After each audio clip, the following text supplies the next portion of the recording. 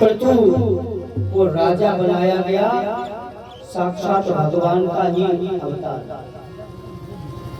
तो राज्य में जो भेड़ का जो अत्याचार था, उस अत्याचार से पृथ्वी ने सारे धनों को चुरा लिया। और जब सारे धनों को चुरा लिया तो उसमें जो भी आप हो गए वो जमता नहीं था, भेड़ के अत्याचार से। तो पृथु जी ने संतों का शानित किया, महाराज क्या करना चाहिए? तो संतों ने पृथु जी से कहा आप ऐसा करिए, पृथ्वी को गाय के रूप में बनाया और पृथु ने स्वांभु मनु को बछड़ा बनाकर सारे धनों को दो लिया। संतों ने बृहस्पति जी को बछड़ा बनाकर रूप पात्र में सारे वेद रूपी का दोहन कर लिया, बृहस्पति जी को बछड़ा। देवताओं ने इंद्र को बछड़ा बनाकर सोने के पात्र में अमृत बीरबल का दोहन किया। दैत्यों ने प्रहलाद जी को बछड़ा बनाकर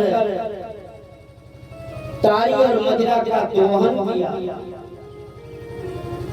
अप्सराओं ने विश्वावसु को बछड़ा बनाकर संगीत माधुर्य का दोहन किया। और जब ये सब हुआ तो पहले जैसे धरती में अनाज की उत्पत्ति हो गई। भेड़ का ऐसा अत्याचार था संतों ने। और जब जब देश पर संकट आता है तो संतों का ही सहयोग लिया जाता है। सुनिए, लोग कहते हैं महाराज जी आपको काहे की चिंता? संतों को चिंता करने की क्या जरूरत? तो सुखदेव स्वामी कहते राजन, अगर संत चिंता करे तो उसे करने दो, पर संसार के लोगों को चिंतन करना चाहिए। का महाराज संत को क्यों चिंता करता? जब जब संत चिंता करता है तो संसार का कल्याण करता है।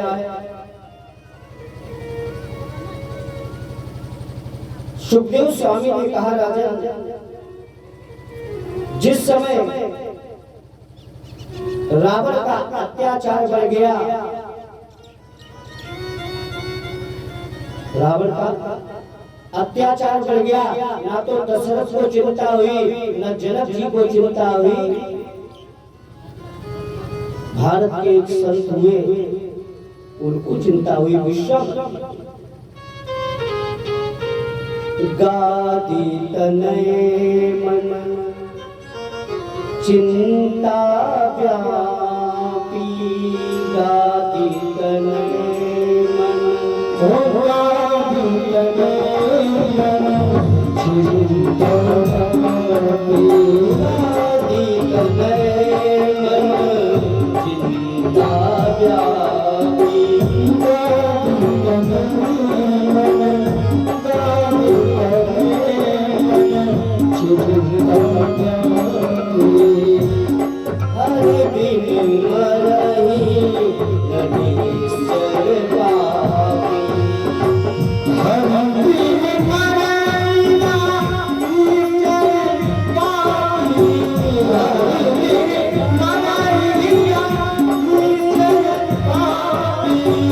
मरहि नदीश्वर पापी,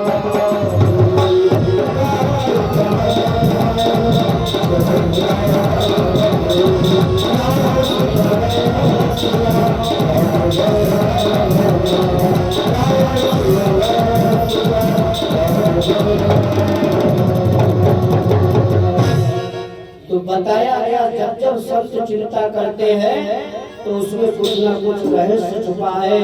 न राजा जनक को चिंता हुई, न महाराज दशरथ को चिंता हुई। भारत के संत हुए विश्वामित्र,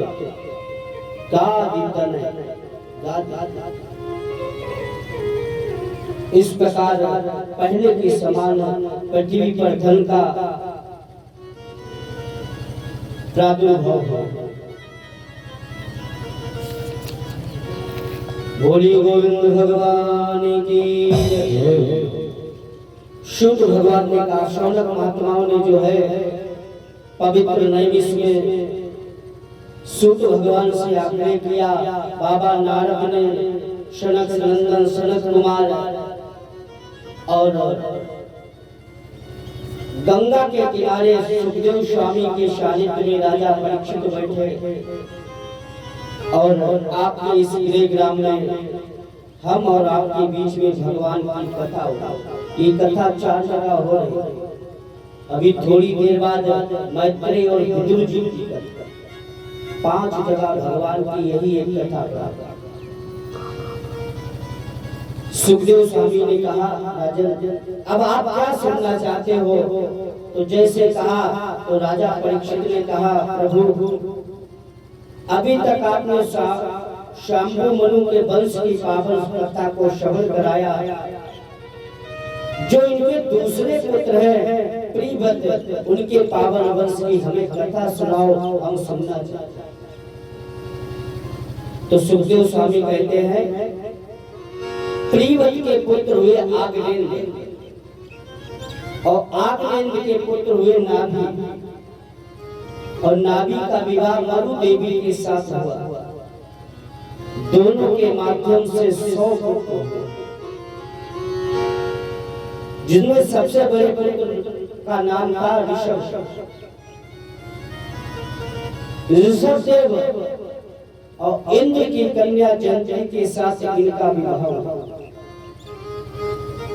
ऋषभदेव और जयंती के माध्यम से 100 पुत्र हुए, जिनमें सबसे बड़े पुत्र का नाम भरत और पहले इस देश का नाम परीक्षित जी पता क्या था? पहले इस देश का नाम था अजनाम वर्ष। पर ऋषभदेव के पुत्र भरत इतने प्रतापी हुए कि इनके नाम से इस देश का नाम भारत।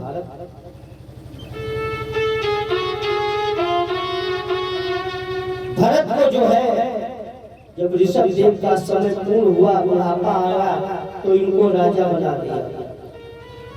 ऋषभदेव ने कई यज्ञों को किया और जब यज्ञ करने के बाद में ऋषभदेव भरत जी को भी साथ में लगाते थे। भाई हर पिता की इच्छा होती है हमारा बेटा धार्मिक बने, वो चाहेगा हमारा बेटा शराबी हो। तो पिता के पदचरणों पर भरत जी चलने कई यज्ञ हुए, तो भरत जी के अंदर भी भक्ति जागृत हो गई और भक्ति जागृत हुई, साथ साथ में भगवान के भक्त हुए और राजा भी हुए। जब इनका चौथापन आया तो इनके अंदर ऐसा विचार आया, अब हमें भगवान का भजन करना है। जो भी राजपाट है अपने पुत्रों को देकर यहाँ से खबर लेते रहे। भाई बिल्कुल नहीं छोड़ना चाहिए कि बिल्कुल बाबा बन जाओ। तो भरत जी ने विचार किया कि भगवान का भजन करेंगे। तो भरत जी जो है दंडकी नदी के पास में जाकर एक सुंदर सा आश्रम बनाया। वहां पर जो है भगवान का भजन करना प्रारंभ। प्रतिदिन भजन कर रहे। एक दिन हुआ क्या, उसी नदी के पास में एक गर्भवती हिरणी पानी पीने के लिए पहुंची और जैसे पहुंची तो पीछे से क्या था, सिंह ने दहाड़ मारी और जैसे दहाड़ मारी तो ये डर गई। तो उसने क्या किया, हिरनी ने छलांग भरी, हिरनी ने छलांग भरी, सा साहस न रहा दम टूट गया। छलांग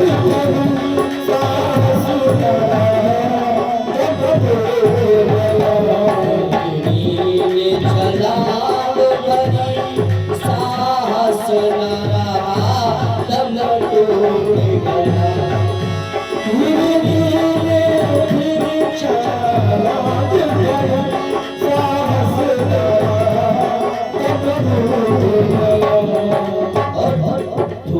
दूसरी तरफ मर गई मृगी वाकर नदी में छूट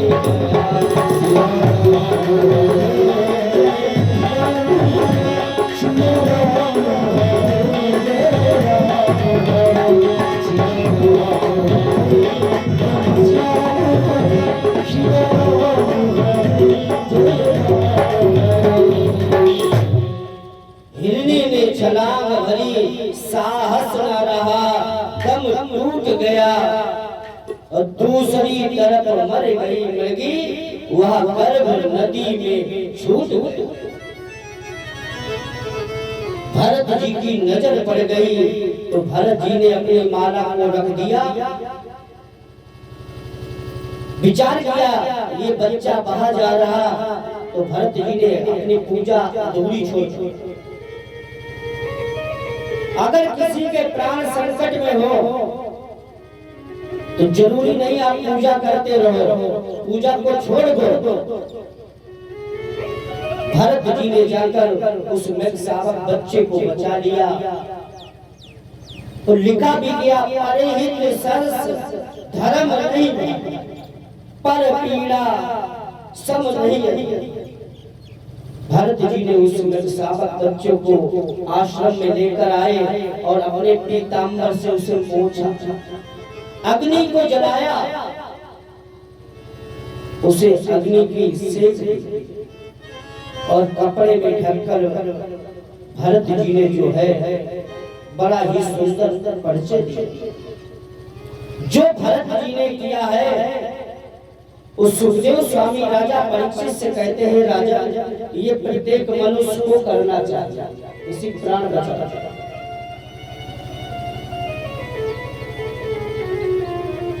पर सुखदेव स्वामी ने यहाँ पर एक बात और राजा परीक्षित से कहा कि जो उन्होंने किया बहुत अच्छा किया, पर धीरे धीरे समय व्यतीत हुआ। अब जो ये करने जा रहे भरत जी, हे राजा, ये भरत जी को नहीं करना चाहिए। जो अब करने जा रहे हैं, थोड़ा समय व्यतीत हुआ, वो बच्चा बड़ा जब हुआ। और जो भी माताएं जो भी फल प्रसाद लेकर आए, तो हमारे आचार्य जी हैं, इनसे प्रसाद रख के और अपना प्रसाद थोड़ा अवश्य दें। जो भी माताएं फल और जो ना भी लेकर आए वो भी प्रसाद जहाँ तक है मिले सबको। अब ये नहीं जो लाए उनके लिए, तो जो भी आए जितना भी रखा है सभी को प्रसाद दें। और ना ध्यान रहा हो तो किसी को ना मिल पाए तो हमसे मिले, अब इंदरगढ़ से ले आएंगे दूसरे से। बोली गोविंद भगवान की जय। तो सुखदेव स्वामी ने कहा, राजन जो भरत जी ने पहले किया ये प्रत्येक मनुष्य को करना चाहिए। अब जो भरत जी करने जा रहे हैं ये भरत जी को नहीं करना चाहिए। तो राजा परीक्षित ने कहा, महाराज भरत जी क्या करने जा रहे हैं? कि उस बच्चे का नाम ऋषि कुमार रख दिया, नामकरण कर दिया। और जब नामकरण कर दिया तो भरत जी का जो है उस हिरण के बच्चे में मन आसक्त होने लगा। जो भरत जी 100 माला करते थे और उस हिरण के बच्चे का नामकरण करने के बाद में 75, धीरे धीरे 50, 30, 10 भरत जी के हाथ से माला ही छूट गई। राजपाट को छोड़कर भगवान का भजन करने के लिए गए थे, पर यहाँ पर माया ने अपने आगोश में भरत जी को ले लिया। बड़े बड़े ज्ञानी ध्यानी लोग, भगवान की माया बड़ी विचित्र है। उससे बचा कोई नहीं, दूसरे को क्या बताए, हम खुद फंस जाते। ये माया बड़ी विलक्षणी है। हम भगवान की अगर माया को पाना है तो नारायण की शरण में रहना चाहिए। क्यों? नारायण भगवान की जो माया है वो भगवान की दासी है। तो जब भगवान की शरण में रहोगे तो दासी भी अनुकूल रहेगी, ज्यादा आपका प्रभाव नहीं करेगी। तो भरत जी ने जो है जो 100 माला करते थे, धीरे धीरे भरत जी की माला छूट गई। उस बच्चे में इतना मन लग गया, कहीं भोजन करने जाते थे तो ऋषि कुमार को साथ में ले, खाते पीते सोते जगते ऋषि कुमार ऋषि कुमार ऋषि कुमार।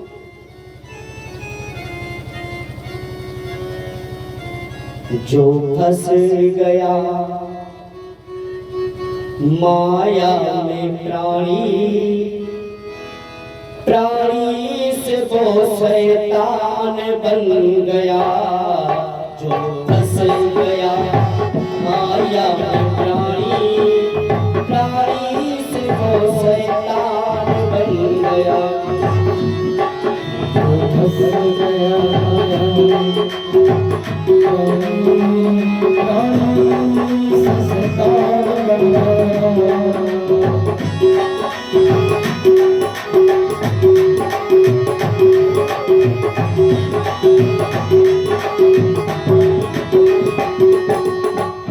जो हट गया माया से प्राणी, जो हट गया माया से प्राणी, प्राणी से वो भगवान बन गया।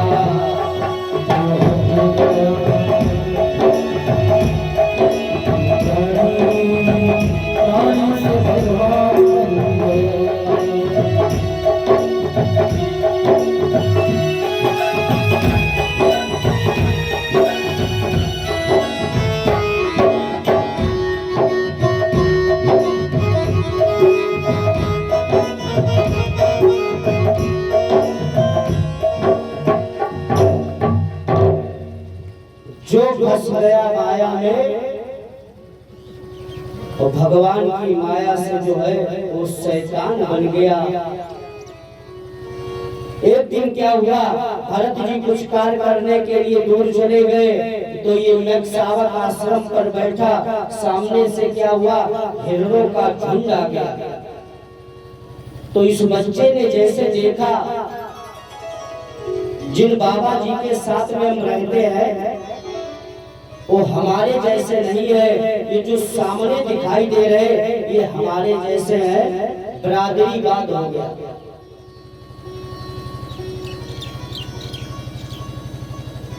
तो इस वो जो हिरणों का झुंड था उसने इशारा किया, खग जाने खगई भाषा, इशारा किया। ये ऋषि कुमार उठा और हिरणों के झुंड में जाकर दूर चला। भरत जी आए, चारों तरफ देखा, ऋषि कुमार दिखाई नहीं दिया। भरत जी भयभीत होने लगे, घबराने लगे, ये कहाँ चला गया। रात्रि आई, सूरज हो गया, भरत जी जा रहे ढूंढने के लिए। रास्ते में एक गड्ढा पड़ा, भरत जी धड़ाम से मरते मरते भरत जी को जो है हिरण का चिंतन किया। दूसरा जन्म इन्हें हिरण होली।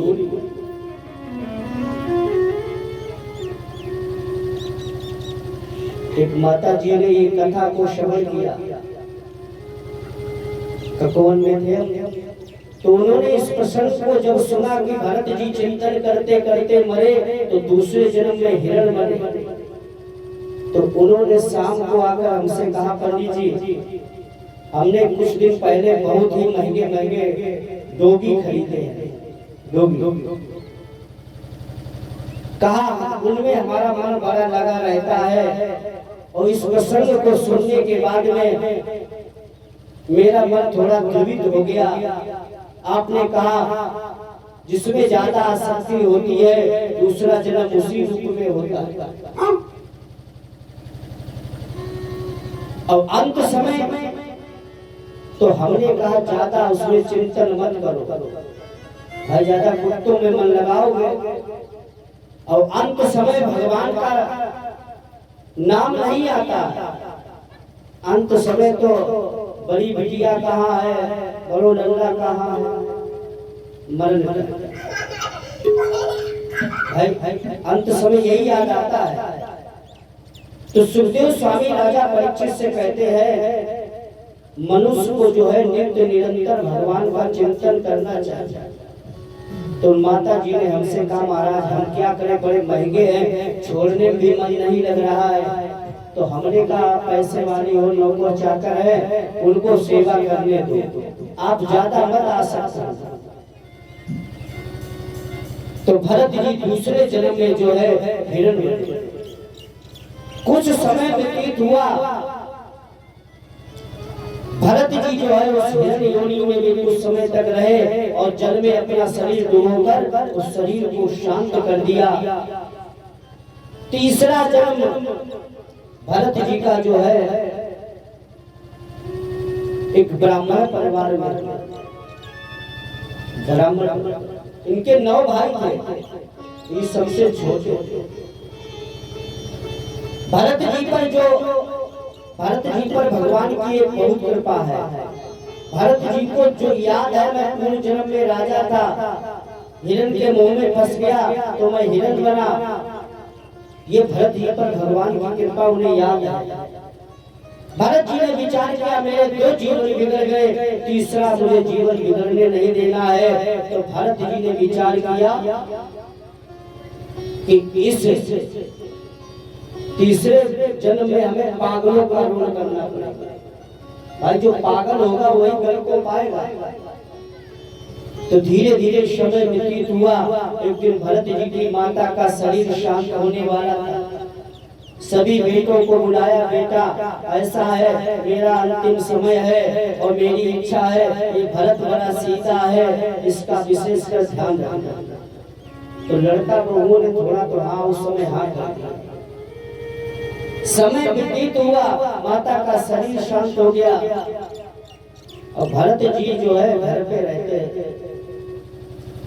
और भरत जी में एक बड़ी विशेषता और थी, भरत जी को जितना भी भोजन परोसो भरत जी कभी मना नहीं करते, कभी कभी खाते रहते। भौजाइयां घर में परेशान होने लगी, भाइयों में तो बन जाए और भौजाइयों में नहीं, वो बिगाड़ करवा दे। तो भरत जी जो है मना करते नहीं। तो भरत की जो भाभियां थी उन्होंने अपने पतियों के कान चुनना प्रारंभ कर दिया। ये सारा दिन यहाँ बैठे रहते, कुछ करते नहीं, इससे तो अच्छा है उन्हें खेत में भेज दो, कम से कम फसल तो रखा है। ऐसा क्यों कहा भरत जी की भाभियों ने? उनका विचार था कि खाने से कभी मना ही नहीं करते, जो भी बनाओ सब खाते। और ऐसे सर्दी में अगर कोई आचार ब्राह्मण किसी माता के यहाँ पहुंच जाए, रुके और खाने से मना ना करे, तो माता जी जाएंगी दूसरे दिन, हे अकेवर बाबा कितने जल्दी 7 दिन बीते, पंडित यहाँ से खाने से मना ही नहीं। तो कहा इन्हें खेत में भेजो, ये फसल रखाएंगे। ऐसा क्यों कहा? इसलिए कहा कि जितना टिफिन में भेजेंगे उतना ही खाएंगे। तो भरत जी को जो है खेतों पर मचान बना दी और बाजरे की फसल। भरत जी ने विचार किया ये राम का खेत है, ये राम की ही चिड़िया है। तो भरत जी ने भी आवाज लगाई, खाओ खूब चिड़िया भर भर के।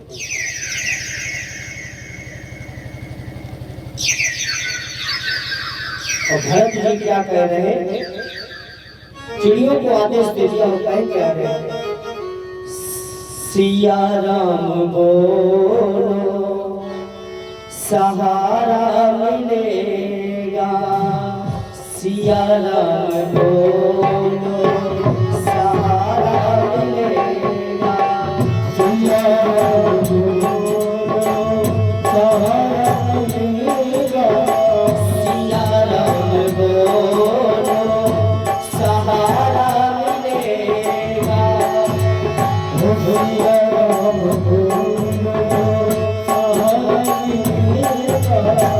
ये मानव जन्म होना दोबारा मिलेगा,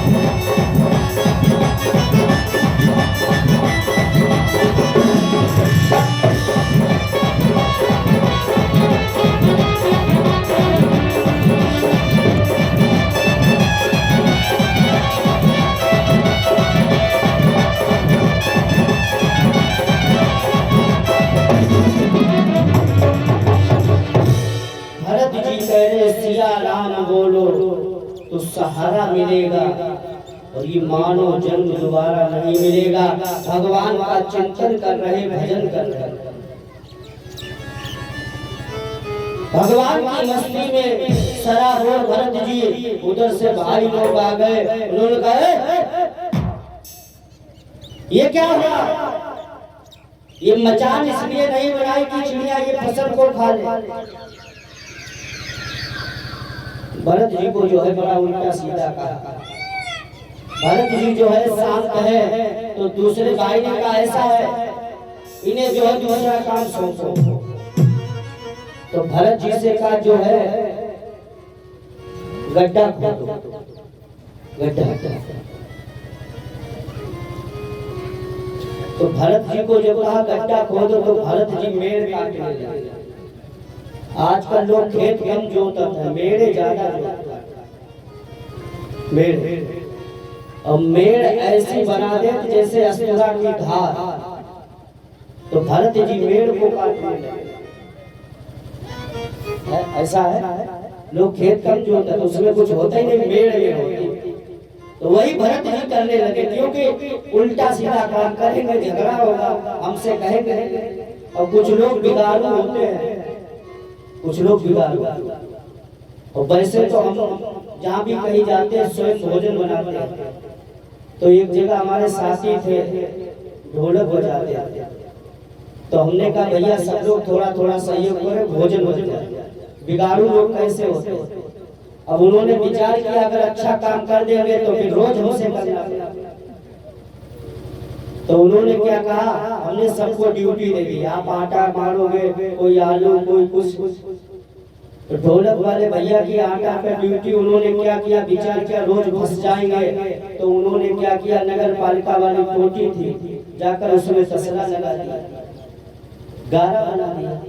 तो विचार क्या करेंगे, दोबारा हमसे कहेंगे। तो कोई ना कोई भरत जी उल्टा काम कर रहे हैं कि जो हमसे कहेंगे। परीक्षित जी, समय ऐसा आया जब उस बाजरे की फसल को जब काटा गया, बाजरे की फसल, तो प्रत्येक वर्ष से उसमें जो 4 क्विंटल होता था उससे दुगना हुआ। बाबा, जो प्रत्येक वर्ष होता था उससे दुगना हुआ। तो भाई लोग कहने लगे अगर इस पागल ने चिड़ियों को नहीं खिलाया होता तो हम माला माल हो जाते। तो भरत जी ने गंभीर वाणी में कहा भैया ये चिड़ियों की ही कृपा है। परीक्षित जी, ये चिड़ियों की ही कृपा है, प्रत्येक वर्ष से डबल हो गया है।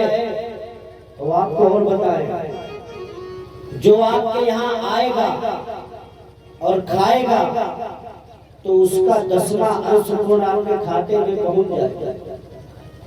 प्राचीन समय लोग संत ब्राह्मणों को भोजन कराते थे, क्यों कराते थे? ये तप और पूजा करते हैं, और जब ये हमारा भोजन करेंगे तो ये आशीर्वाद देंगे, तो इनका पुण्य हमारे भी खाते में आ जाएगा। हम तो कर नहीं पाते। तो भरत जी ने कहा जो ये चिड़ियों की कृपा है। इधर सुखदेव स्वामी राजा परीक्षित से कह रहे, उधर सूर्य जी सौनक महात्माओं से कह रहे, जो भी व्यक्ति घर पे जाएगा खाएगा उसका 10वां अंश उसके खाते में पूर्ण चलेगा। और आपको बता दे, दूर मत जाओ, जिसके घर में ज्यादा लोग आते जाते होंगे, रोज आना जाना दूसरे तीसरे, वो घर संस्कारित होगा और शिक्षित होगा। जिसके यहाँ रोज आना जाना होगा, संस्कारित और शिक्षित होगा। आप अपने से विचार करना, अपने गांव में ही ध्यान देना। उस बच्चों उस घर में चमक होगी, उन घर के बच्चों में भी चमक होगी, शिष्टाचार होगा। और जिस घर में कभी साल में 1-2 बार कोई आए तो उसी के सामने चीनी चाय पत्ती बिस्कुट आए, इसके यहाँ उसके घर में घुसने से भी भय लगती है। आप देखना, जिसके यहाँ कम लोग आते हैं भय लगेगी, और जिसके घर में रोज जाता कोई आता है तो उसमें चमक आता है। और कहीं सर्दी का अगर समय हो और रात्रि में अगर वो रुक जाए तो रजैया उसे चिल्ला पिल्ली वाली मिलेगी, देखना। तो सुखदेव स्वामी कहते, राजन जो भी आपके यहाँ आएगा खाएगा उसका पूर्ण आपके खाते में जाएगा। बोली गोविंद भगवान की जय। भरत जी जो है एकांत में बैठे थे, तो एक दिन हुआ क्या,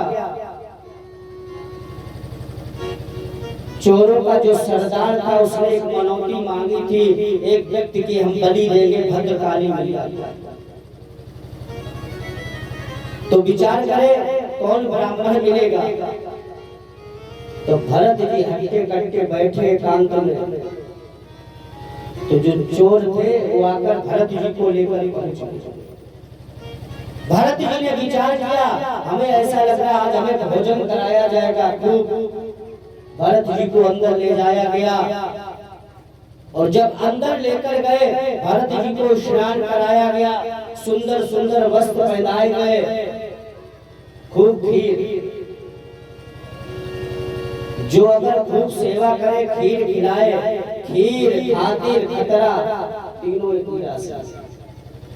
भरत जी बड़े प्रसन्न। भरत जी ने विचार किया दक्षिणा भी मिलेगी। तो भरत जी जो है बाहर निकल कर आए, तो सरदार जो चोरों का था उसने कहा भरत जी को यहाँ,